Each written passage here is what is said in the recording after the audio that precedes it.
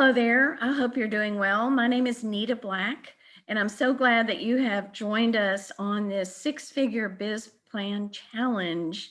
You should have already received your template, your plan template, and I'm just going to go through a few things. I did want to introduce myself though and kind of get to know you. I am from the deep South, if you can't tell from my accent. I'm still live in Memphis, Tennessee. My dad was a doctor, and I'm the oldest of 5 kids. I am always competing with my oldest younger brother. I came from a way back when there were not many, if any, women who were doctors. So dad was my idol, and men were doctors. Women were nurses. So if you happen to be a man and be a nurse, you were kind of considered a sissy, or maybe you had failed. You couldn't reach the notch of being a doctor. I just remember thinking that when I was growing up. So many things have changed, and I think as we grow up, we have biases that we realize, gosh, that was not true. What I was thinking at that time just isn't right. And so during COVID, actually in 2020, I started working more with folks online, just helping them get organized and really just resetting my reality button. One of the things that I love to do is to help people move forward in their business. So growing up, I was a nerd. I played the piano. I look forward to being a nurse. And then I changed my mind when I got away from home and into school.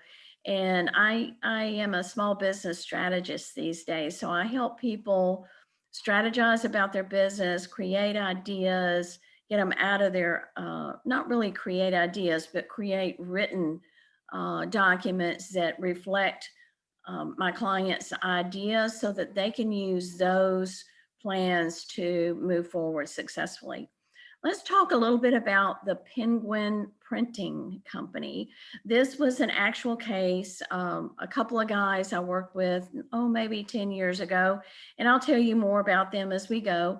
We first met at a Wendy's on Stage Road near Wolf Chase Mall, if you know anything about Memphis.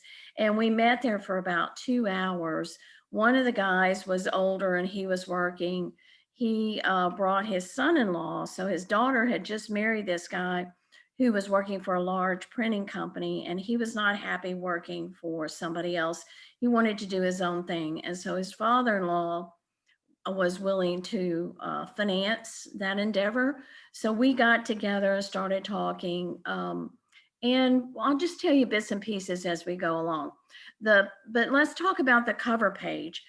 You want to start on your plan. You want to start with business plan at the top, add your picture or your logo underneath that title, and then the name of your company. Now, if you have not decided on the name of your company yet, just pick the best name right now. You can always go back and change it.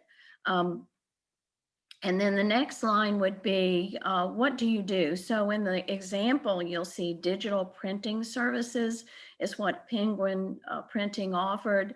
What is it that you serve? Something short and concise, like 3 to 5 words max of what you offer and for what use. So in this case, Penguin Printing offered digital printing services for major trade shows, business marketing, broker resale. Those were the 3 main categories that led to revenue drivers for them or sales for them.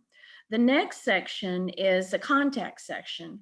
And you should put your name, your title, if you're a founder or CEO or staff assistant, whatever your role is, but usually the owner is writing this plan. So it should probably be the owner's name, the owner's title, a contact number, and a contact email. Now, if you don't have you don't have the name of your business set up yet, you don't have your domain, go ahead and do that pretty soon. But right now, if you only have a Gmail or an AOL account, that would be okay to use here.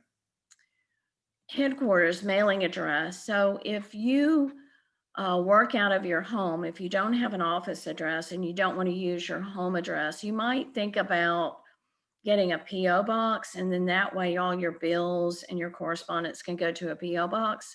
You will need to have a physical address for your business for certain applications. For the business plan though, use the best address and make it where it's a mailing address if possible. The footer is important in a number of ways. So you'll see in my footer, I've got the copyright date. So I started creating this plan in 2013. It belongs to me, nitablack.com, for the benefit of Penguin Printing. So I'm using this as a marketing tool for my business.